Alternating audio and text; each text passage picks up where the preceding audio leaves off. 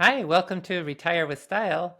I'm Wade. I'm joined by my co-host Alex, and we're excited today to welcome two special guests, advisors at McLean Asset Management. We have Jessica Wunder, who just recently won the 2023 Advisor Hub 50 Women Advisors to Watch Award. Congratulations, Jessica. And Thank you. Alana Light. Hi, And so thank you. welcome both of you to the show. Yeah. Thanks for having us today. No, our Absolutely. pleasure, our pleasure. And again, as Wade said, absolutely. No, this has been, as you've been following, this has been a trajectory we've been running, sort of the RISA in action. And we had, Jason and Steven on previously, from Right. McLean. And you just ask how they use the RISA. And the Jason Steven team, they largely focus on more of folks that are new to McLean as they come in. I thought you two would be great simply because, as advisors, obviously you're with us, so we think the world of you folks. But I think you have great experience on the RISA and how it's used to help current clients sort of Right. transition. And something I want you folks to think about is the listeners, right? We have about 2/3 consumers, 1/3 advisors, if you will, maybe even more consumers than that. So I think some of these consumers may have advisors, and some of them are transitioning into retirement. And many times we hear, okay, what's different? That kind of thing. So I think giving them a behind the scenes of, as an advisor, how the RISA is used from a transitioning standpoint to really address the risk in retirement would be great. And I'll say this just because it begs mentioning.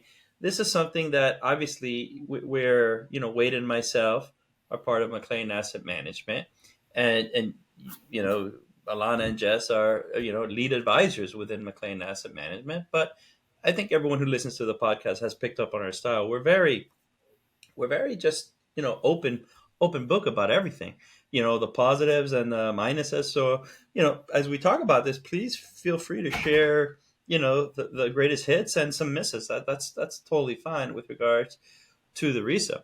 So I just wanted to level set a little bit, Mhm. and from there I'll ask you just the first question. Jess, Alana, start off with Jess. What did you first think of this whole craziness of the RISA when you got wind of what Wade and myself were working on? Right.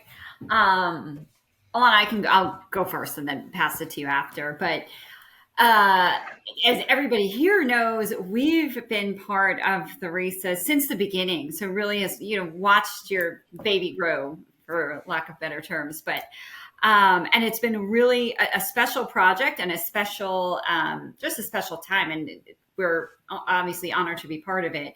But from the beginning of it to what was it, about 3 hours of questions to see where that survey has come, and the research and the data and all the time and dedication that you both have put into it. It's amazing. It's really amazing. So one, props to both of you, because we've seen it from the beginning. So now what people see is a much shorter survey or questionnaire. So it's really exciting to see it from the beginning, the 3 hours, and really seeing that data come out. Wade's laughing about that, but we all had to take that 3 hour. Yes, with the 900 questions, right? Um, Yeah. but I look at it, the way that I would describe it to whether a client, prospect, or another advisor, is that it's like like the DISC analysis or a personality questionnaire. So it's a good way. We work so much with on the behavioral finance side, and then connecting that to financial planning. And this really, it just reminds me of that, of how you can merge the two together. No, that's good. That's good. And Alana, I don't know what was your first impression? Because I want to say you were just starting to even join McLean, that kind of thing. What was your vibe when we first introduced something like this?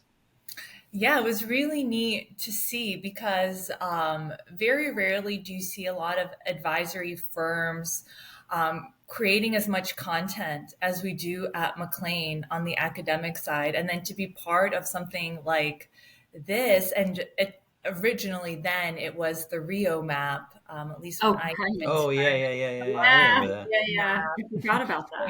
Hey, we And buried that. Yeah. Alanas. That was like a huge intake. Yeah, I remember I that. forgot about that. Oh That my was a goodness. huge intake. Remember Rob Papa was in on that? Yes. Yeah. and Wow.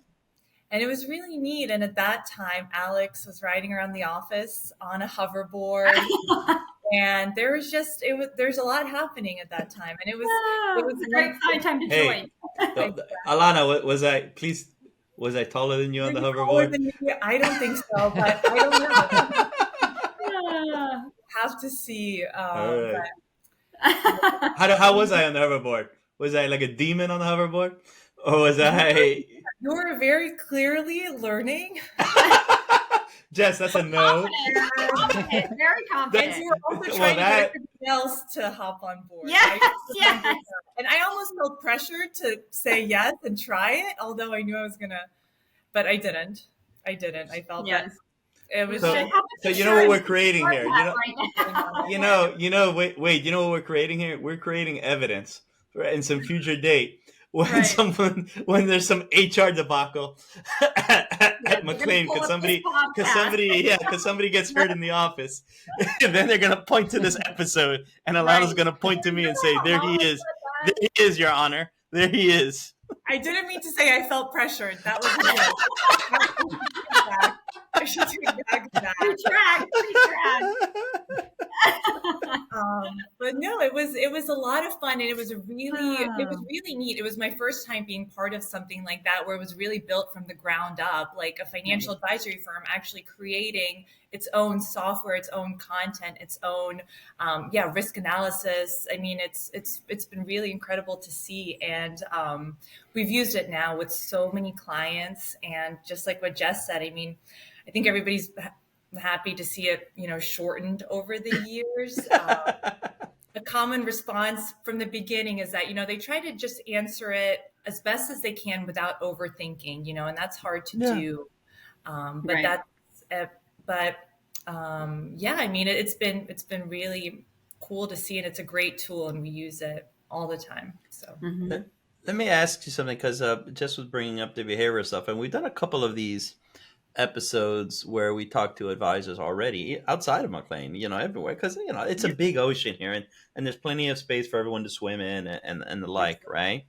And so one of the things that has come up, and you mentioned the behavioral stuff, which is kind of a thing now, right? For consumers listening in, advisors are getting, I don't know, bombarded, maybe too strong a word because it sounds pejorative, but they're getting a lot of information about the relationship piece of the financial planning dynamic and how you really have to be on point with that. There is not a day that goes by that you don't get some headline in some industry paper about something like that at this point, just so you know. So consumers out there, advisors are trying to be the best version of themselves as a human being when they're speaking with you. But just said this sort of brings in a behavior piece. And what we've been hearing a lot is this whole, the RISA's helping with the client communication rapport building, which is kind of a beginning that sort of that kind of get to know your client view of things. Again, feel free to disagree. I'm totally fine with it. What is your take on that when someone takes a RISA and you're speaking with them afterwards? Does it help facilitate conversations? And I can go. Absolutely, it does. It's kind of like a guide map where you know that there's lots of viable options for them. And this gives you just conversation topics of this is what, and if you're with a couple, this is what one of your RISA says, this is what the other says. And let's look at the options or strategies that can come out of this. And I think from the behavioral side, that is, and basing it on advisors, and I can use McLean as an example, that we have quite a few advisors within the firm that have different personality traits. Sure. And I use myself and even Alana, I'd put us in the same bucket where we are easy to talk to, and we tend to talk more about the softer side. We do ask, during either meetings or prospects about, their life, their family. And while there might be other advisors that are, maybe they ask, but they really just kind of shut it down of, let's just get They're checking the boxes or whatever. Correct. So I think the RISA really opens up. It might be easier for some of those advisors and clients that don't feel comfortable. They don't know, are they supposed to bring this up to their advisor and these concerns, where it kind of opens those doors to have those conversations, and you can go from there. Okay. Yeah, absolutely. And there's a few different ways of looking at that, because some of it gets really very, very much on the softer side. I think what you were referring to Alex before with, like money scripts, and really a lot of, the psychology of finance and why you do certain things the way that you do.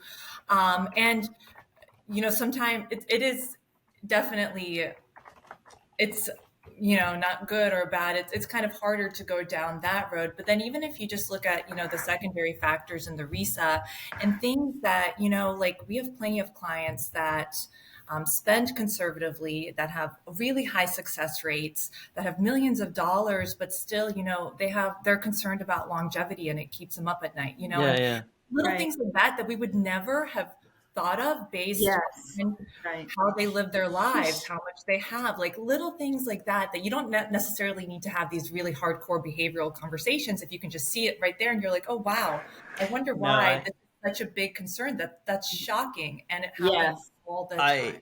I agree. And listen, I think I'll soapbox a little bit, but in psychology, listen, again, my doctorate's in psychology, but I didn't view myself as a therapist. I was more of the scientist and the scientist practitioner sort of model, if you will. I had to do therapy, but that was more to get my hours so I can complete the degree. But even when you're doing therapy, at least from the cognitive behavioral standpoint, that sort of learning paradigm point of view, there's still an assessment that usually takes place at the beginning.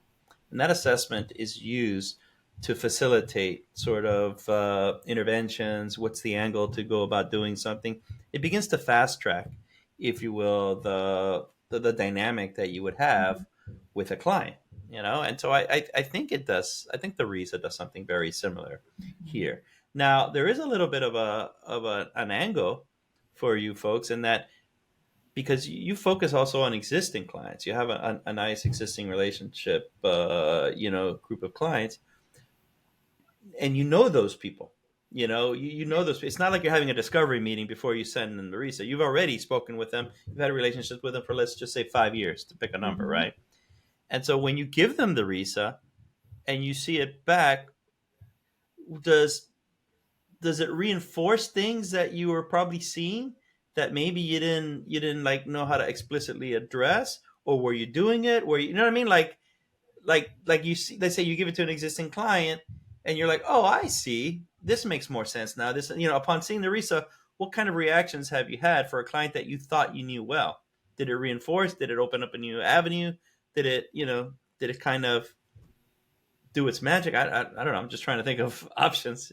Let you fill it in. Alana, you want to go?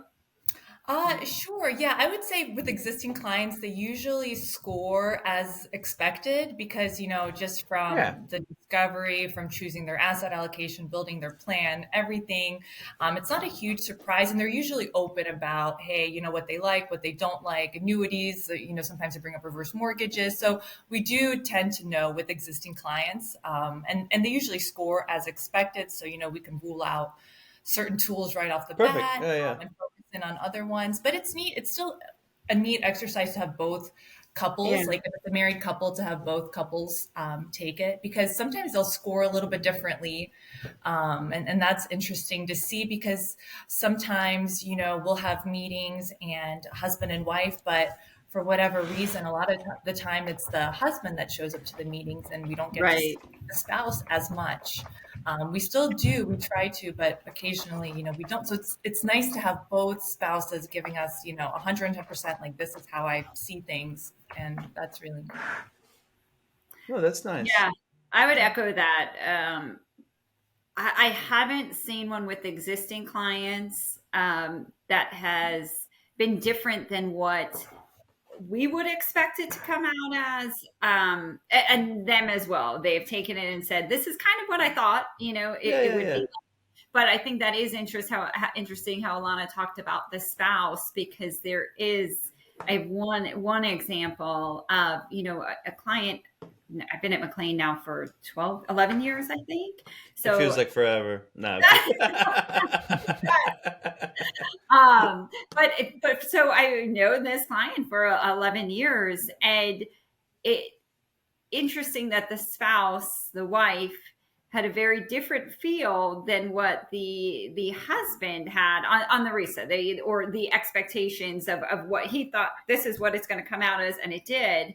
And it actually makes perfect sense. But I guess I might be drifting off to another topic. So No, go I'll with say it. it, and then we can, get back on track if we need to. But how it changes over time. So now these clients are almost 20 years into retirement at this point, or close to, I guess, somewhere around there, So, I think it has changed where now the spouse is kind of taking over the finances, or more involved. I won't say Okay. Yeah. reasons. There's reasons behind it. But almost natural reasons of, I need to know if something happens, we're both aging, what do I do? I know I call you, but what do I do? And that changes things. It changes the relationship a bit, because, we've been doing things almost on the way the husband approaches financial planning. And now there's a little bit of a switch.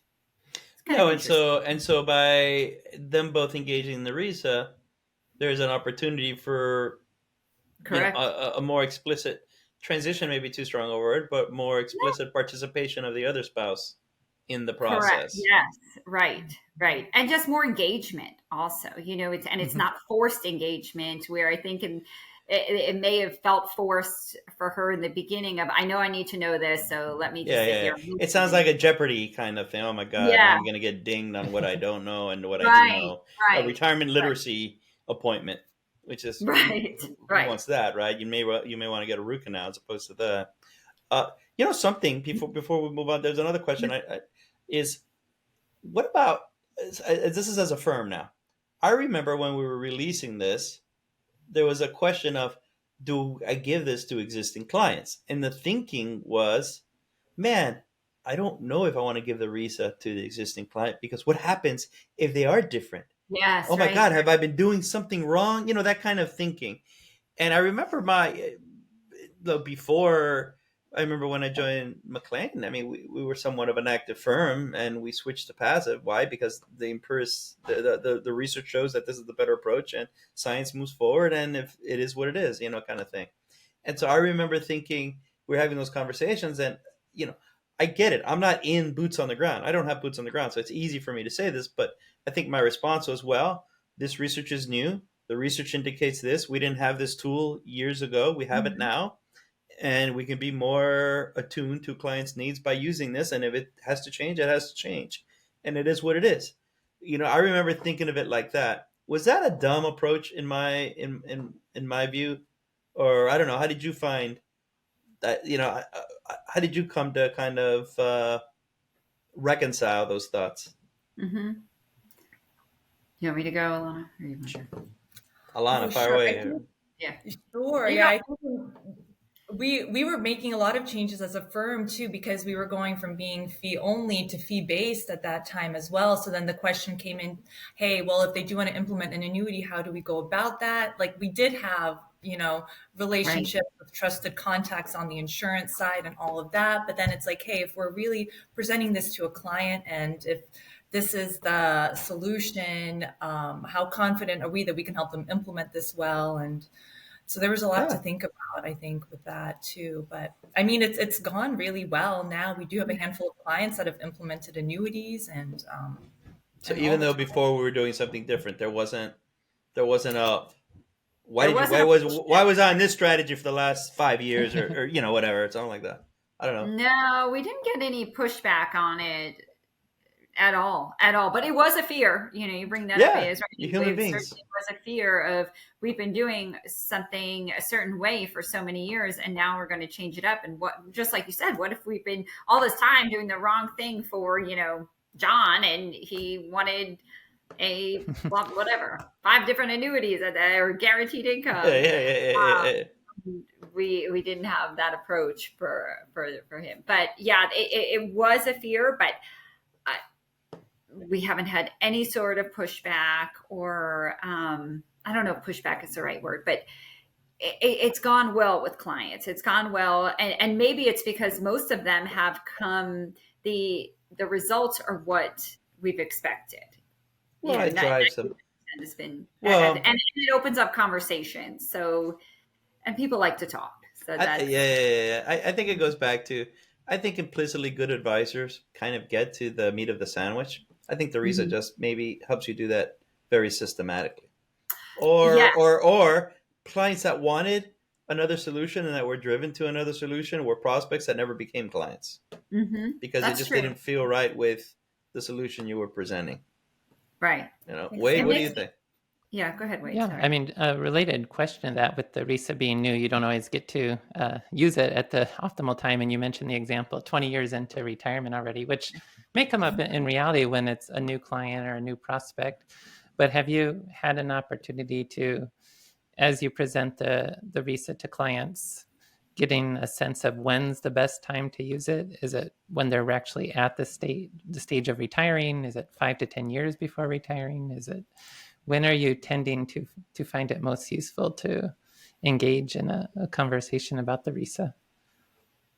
I would say about a few years prior to retirement, maybe 5, even 10 years prior to retirement. If we start too early, I don't know the answer to this. Or if you're really in that prime accumulation stage, you're not necessarily worried about retirement and where that income's coming from and sequence of returns. There's all of that as you get closer to retirement and it's real, that's what we hear from clients, is when it's real, it's very different. So 5 to 10 years out is probably the best time to start it. And also, you mentioned the couple. Was it a surprise? It sounded like the husband had done the planning for the most part within the family, but now some of that was shifting over to the wife. Was the husband surprised to find out that she had a different approach to retirement income, and maybe felt like he hadn't fully appreciated that prior to them taking the RISA? No, it wasn't so different where it was just a real contrast of he liked this, she likes this, like completely different. Okay. It would be almost on the same path or same strategy, but maybe different tools used. So they wouldn't be so different. But I think it was actually more helpful for her than him to really be involved and take where she would always get overwhelmed is talking about just like the nitty-gritty of the investments. And this is kind of a bigger picture. And I think she actually enjoyed it more, the meeting. So, yeah.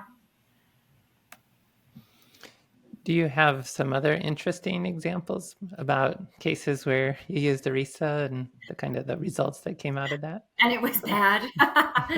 Yes. Never been bad. They stormed out of the room. Yeah, right. Jessica, how dare you interrupt here? Wade's like Phil Donahue. Let him ask his questions. Let him ask his questions. Oh my God. How dare you? Wade, I will say the thing that we hear the most from clients, that especially clients that have come from retirement researchers, so clients that appreciate this and like to research this all on their own as well. almost every time we hear about the fragile decade, and you're writing around that, and almost every time that's brought up. When I remember, like, I think this was a few years ago when you joined a client meeting of ours, and you actually said that of all the things, you thought that that would be something that you just kind of passively said, and it would just, you kind of wrote about it, but it wasn't a huge deal. But to so many people that, and I feel like a lot of people misunderstood it in a way, when you were really kind of saying it of, hey, to give people confidence to, have some equity exposure in retirement, versus it almost had a different effect because everybody's just so worried. And it's something we hear almost every time is the fragile decade. It's just an interesting effect. Right. Yeah, as an expression of concern around the sequence of returns risk. Yeah. Mm-hmm. I guess we haven't run a study on that specifically, but I would guess that the fragile decade is a concept that causes more concern as you go on to the safety first side of the RISA matrix. But that would be interesting to look at. Mm-hmm. No, absolutely. And so is there a specific use case that you have in mind, Jess or Alana, where, okay, we had a client, this was a RISA, and this one showed this is what we ended up doing, just to give people a sense of, how it's practically applied? Mm-hmm. Alana, you want to go? We've had a few in the last month or so. So so basically, only bangers all the time. Right. Yes. It's interesting to see it too I know we've spoken about it from the client side, but from the prospect side, we have plenty of clients that are currently working with an advisor, and the advisor is pretty much, total return, and everybody's in an investment portfolio. And we've had a lot of clients that come and that, take the RISA, and they're so happy to see that, there's so many different ways to, plan for your retirement and so many different tools available. So I do think when a client is a new client, and then they come to us and they take the RISA, there's a lot of implementation that happens from that. And then with existing clients. Mm-hmm. You said something I pulled a string on, because I do think you hit something here that's interesting. That I think many advisors and frankly pundits give lip service to investing for retirement is different. But when it comes to a solution, all they do is the same thing that you were doing in accumulation, only they're including a distribution. And they spend an inordinate amount of time on, is it the 3.3 sustainable withdrawal rate, or is it 3.7 sustainable withdrawal rate, or is it the 3.8 sustainable withdrawal rate? Quote, and wait, don't, in parentheses, we did a whole series on this in previous episodes, so please feel free to catch them. All right. But they get caught up in that silliness, right? And I'm not even saying that's bad. I mean, there's nothing wrong with a sustainable withdrawal rate for certain folks that are in the total return. But a lot of folks just think that's the extent. That's where it begins and ends from, we focus on retirement income. And you said something that was interesting, that folks take the RISA and then they realize, there are choices that I have. There are many ways to do this that are diametrically different than the sustainable withdrawal rate. And you know what? I want to consider those instead. And now I have this kind of permissioning, if you will, to do so. Right? Is that kind of what you're getting at, or am I embellishing that way too much? Yeah, no, that's exactly right. And I also think it's hard for some clients, not necessarily just for the RISA, but a lot of times there's going to be a solution that mathematically makes sense. For example, something like a reverse mortgage or something like that. But it's hard for clients to actually pull the trigger. And actually, back to sequence of returns risk and fragile decade, like if we're doing a rising equity glide path, mathematically it makes sense. But a lot of times it's hard for clients to increase their equity exposure in retirement. Like that's like the last thing that they want to do, because it seems so counterintuitive. And I think so much of this decision making and implementation, and it can make sense mathematically and on paper, but it's hard for clients to implement it. So I think with the RISA, they have this extra tool that gives them the confidence to see that, hey, really this makes 100% sense, like in my mind with the way I feel about things, but also on paper. And it just really ties everything together nicely. Okay, and Right. and since you did say you guys, you have an existing current base, but obviously you're growing your relationships as well. What 2 points here? How can folks find out? Well, why don't we do this? Do the sort of the infomercial part of the podcast. How can folks find out more about you? Sure. I'll go. Alana and I are kind of where there's a pause always. It's like, who's taking it? I should probably do a better job saying Jess or Alana. No. It's good. Pause is good. The easiest way is just to go to our website. So www.mcleanam.com, and it's McLean, MCLEAN, and then AM is in assetmanagement.com. And there you can actually find our brochure. You can read some articles. You can see contact us. Yeah, there's a contact us.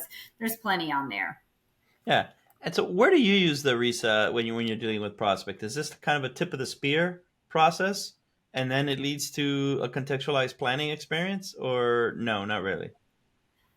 Yeah, so normally we have our, it's not the beginning, but it's probably meeting two, where we want to pull all the information together and say, you know what, we also think it'd be great for you to take this, the RISA, take this survey here. And then from there, it's kind of like a toolbox for us, it guides the conversation a bit. And there's, as we said before, there's lots of viable options, and, not one is, this is the right answer. So it's just good to have those conversations. And we met with a prospect last week, that had taken the RISA independently, either through the Academy or somehow, and then found us as a result of having taken the RISA on his own. So that happens sometimes. Mm-hmm. It started to happen too. We've gotten stories where advisors that aren't even using the RISA, get a prospect, and the prospect says, "Hey, this is my RISA score," and the advisor's like, "What the heck is this?" That's crazy. Yeah. Pharmaceutical model. That's good. Ask your advisor about the RISA. Yeah. kind of. No, that's pretty cool. What has it ever happened where you've spoken to somebody, and I guess a prospect where is, I hate XYZ, but then they take the RISA and then they realize the solution that they're looking for is XYZ? It's happened a couple times. I don't know if it's happened with you folks. I feel like it has. Or what I can remember is having the conversation of, I don't really like those, and the negative parts of certain tools out there, strategies out there, and then the RISA will come back and say, well, you landed like you do, or that this is where you want to be, and I don't know if it's just, I hate that, I don't even want to discuss that, I want to take it off the table completely. But it might open their eyes a bit to say, maybe I should look into this a little bit more and see how this might fit in my plan. Because I think sometimes also people see things as an all or nothing, where, and we certainly don't look at anything like that. But I do think that sometimes it can be looked at as, there's certain, I want to take all my assets and just be safe with that. And that's not necessarily how we look at it. Certainly not. So it's another conversation. It really helps just opening those doors. Yeah. And I think, and I would also just say, it also depends on what's going on in the financial environment. Yes. Sometimes they want more options depending on what the rates are, and what they don't want to lock something in right now. They don't want to commit just due to what's happening. So that's a good sometimes point. There's some pushback on that, even though it makes sense and it's the best thing to do. They don't want to lock in, anything. Mm-hmm. Okay. Here's a concept. I heard it, and since we do a lot of planning, there's always this idea that, a solution in which you're going to optimize on the best thing on the Excel sheet, right? What happens if the RISA doesn't necessarily points to a solution that's not the most optimized on the Excel sheet, but it's the most optimized from an emotional standpoint? How do you reconcile that? You want me to go? Oh, how do you reconcile that, Alana? And I'm sure our answers are going to be the same, so it doesn't really matter who takes it. But yes. Yeah. I mean, there's plenty of like, for example, back to the rising equity glide path, it makes sense to increase your equity exposure just because then you can, in retirement with, you have a lot more in assets, you have a lot more to give away to, legacy goals and things like that. But it's give and take versus, hey, if I just buy an annuity, I can just relax. And I mean, there's, it's, yeah. I would say it's like give and take on that too, where there is a compromise. And a lot of times it goes back to that. It's not an all or nothing. So if the conversation, if you're not ready to do this now, well, we'll just keep it on the agenda. It's something that we talk about, and maybe at a later time we can go through and see if it makes sense for you, if you're more emotionally viable to it at this point. And maybe the answer is no. You know what? I know it might look good on my Excel sheet. I'm good. I want to keep it this way. And unless it's going to hurt them, if it's, detrimental to their financial plan, then it's just making sure that everything is known, that it's out there of this is what it would look like if you did X, this is what it'll look like Y, Z, whatever that looks like. But at the end of the day, we want to make sure that our clients can sleep at night and they're not worried. Okay.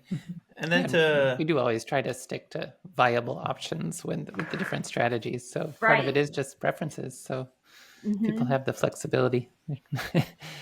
Right. I mean, I think a lot of our job is to get that panic, soften any of that panic to like the comfortable range of, okay, I know now I'm financially ready to be retired. This is what it's going to look like.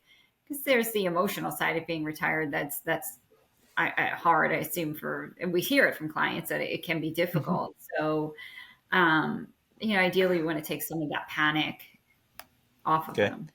And then I'll end it with bringing it all back home, to borrow a title from the Dylan album. How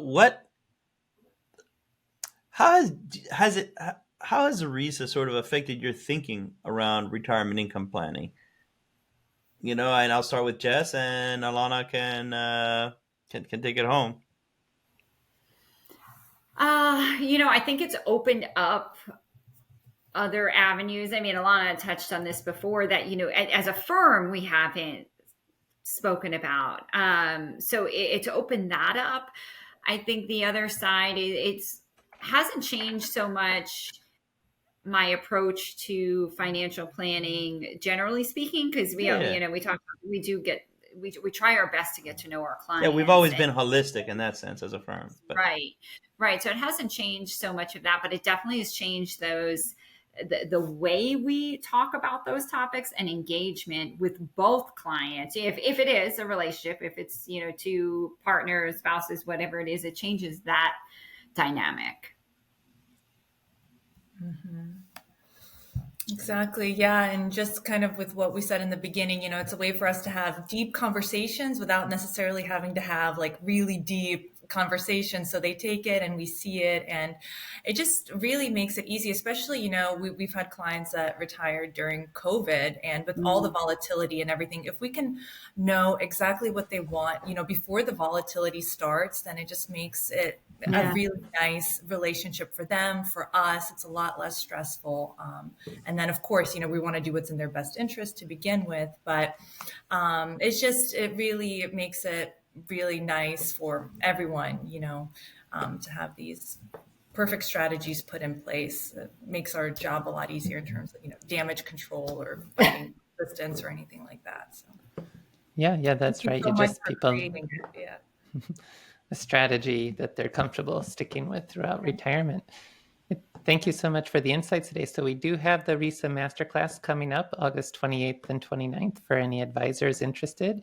And for anyone else who's interested in learning more about Jessica and Alana, again, you can see the bios and everything else at McLeanAM.com. That's McLeanAM.com. And you'll see that they both hold their CFP designation. We didn't really discuss this at the beginning. So they're chartered financial planners. You both also have the RICP designation, the Retirement Income Certified Professional. So I'd love to see that. And actually, a great deal of the advisors at McLean Asset Management have those designations. And Jessica, you have the CRPC as well, which is another one of the main retirement planning designations. So you both do put a great emphasis and focus on education. Thank you for sharing your experiences and thoughts on the RISA today. And thanks everyone for listening. And we'll catch you all next time. Yeah, thanks for having us. Hey, thanks everyone. Absolutely. See you next time on Retire with Style.